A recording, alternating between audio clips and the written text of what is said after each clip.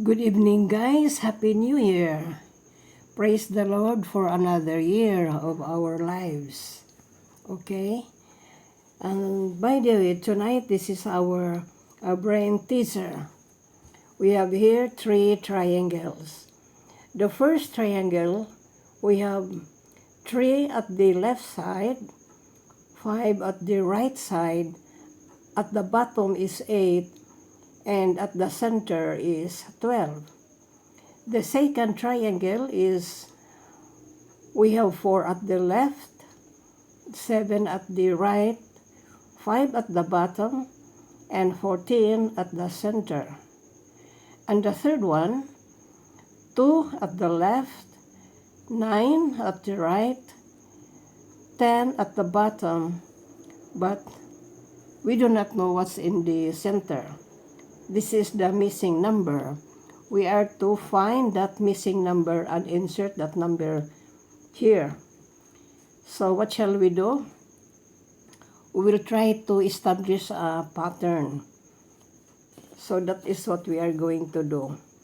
Now, how shall we do it? First, we will try to use this difference method or the subtraction method. So let us use the subtraction method. So we have 5 minus 3.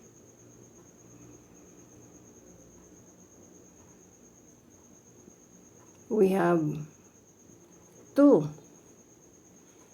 And then 8 minus 5.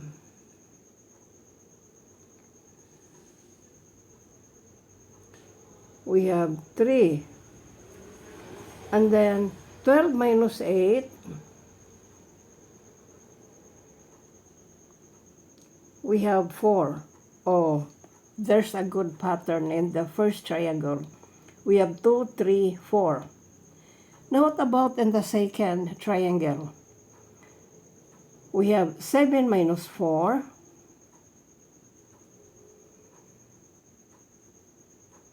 Is equal to 3. But the next number is smaller than the second number. We have 5 minus 7, that is a negative 2. So this is no longer a pattern.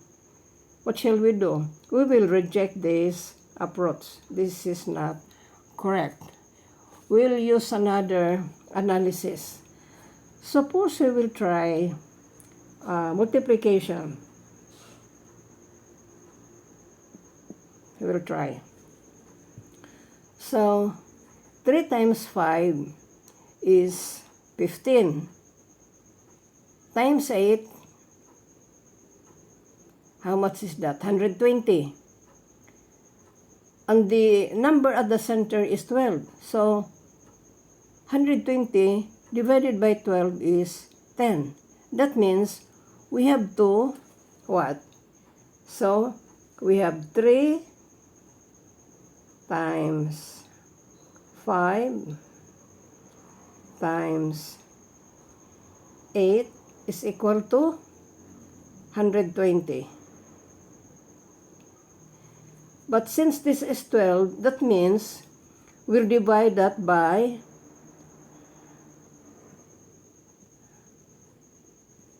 10 and we get 12.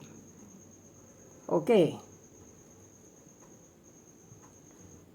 We will try the second one. 4 times 5 or 4 times 7, whichever is easier. 4 times 5, that is 20 times 7, or 4 times 7, that is 28 times 5. This is easier. So 4 times 5 times 7, that would be equal to 20 times 7 is 140.